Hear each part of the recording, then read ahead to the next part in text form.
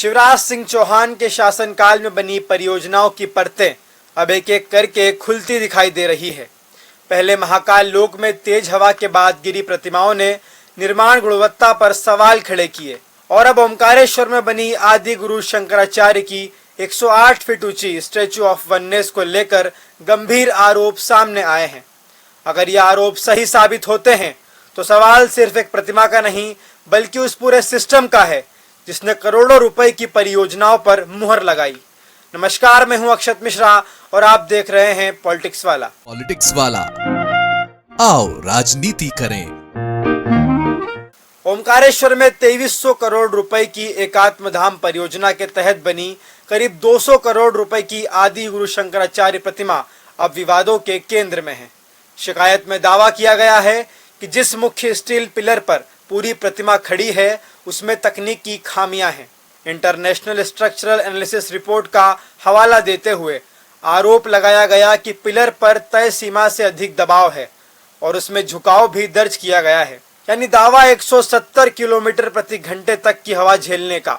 लेकिन शिकायत में कहा गया कि संरचना उससे कहीं कम क्षमता पर सवालों के घेरे में है। लेकिन कहानी यहीं खत्म नहीं होती।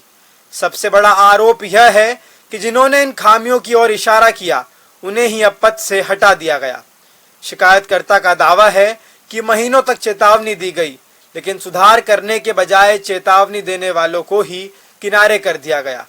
अगर यह सच है तो सवाल बहुत बड़ा है। क्या सिस्टम में ईमानदार अफसरों की जरूरत नहीं बल्कि उन चुप रहने वालों की जरूरत है?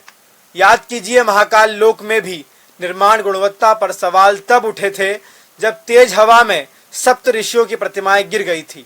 उस समय भी विपक्ष ने भ्रष्टाचार के आरोप लगाए थे।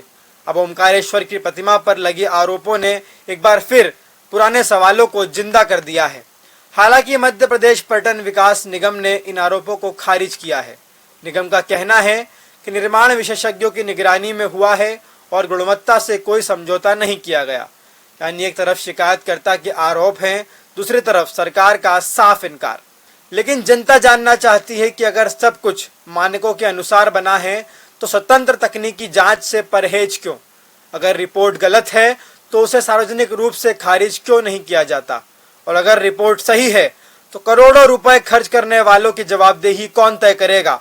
आस्था कभी राजनीति का हथियार नहीं बननी चाहिए, क्योंकि भगवान के नाम पर बनने वाली हर परियोजना में सबसे पहले ईमानदारी दिखनी चाहिए, ना कि सिर्फ भव्यता। अब नजर लोकायुक्त और जांच एजेंसियों पर है, क्योंकि फैसला आरोपों से नहीं जांच से होगा। लेकिन जब सवाल 2300 करोड़ रुपए और करोड़ों लोगों की आस्था का हो तब चुप्पी सबसे बड़ा संदेह पैदा करती है। लगातार जानकारी के लिए देखते रहें पॉलिटिक्स वाला।